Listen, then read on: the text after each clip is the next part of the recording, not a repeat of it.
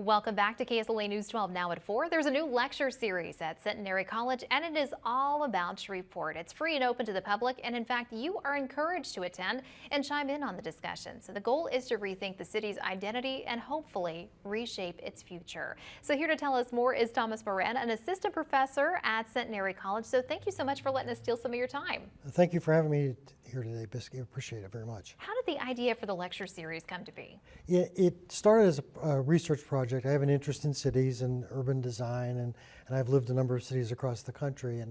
And so I was trying to figure out a project. And actually, my 7-year-old daughter asked me 2 questions when we were driving around the city. She asked me, why are there steps off the curbs, but no house there? And then she asked me, as we're walking around through the downtown, because she comes with me on some of my research, why are there so many parking lots? And I got to thinking about Shreveport and the cities I've been in, the cities I've lived in. So for me, it became a question of why are some cities successful and some cities are not successful in their efforts to define themselves or change over time. What have you found in your studies?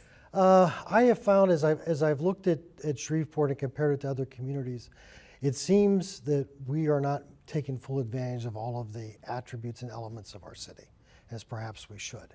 Our first lecture, we just talked about the concept of a city.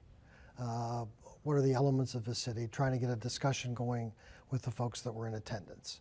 So we kind of surfaced some issues. Our next lecture, we're going to take that to the next level and talk about how we create a sense of place and move the development. The key question we've been asking I've challenged the group is that, and it's consistent with some other work that's going on in the city as well, we oftentimes view ourselves as consumers of our city. Mm-hmm.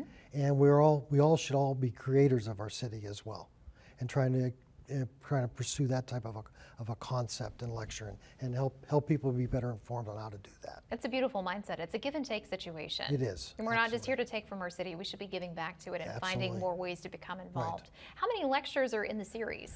We hope to be doing a series of lectures through most of 2025 on a variety of topics. We had our first one about almost 2 weeks ago.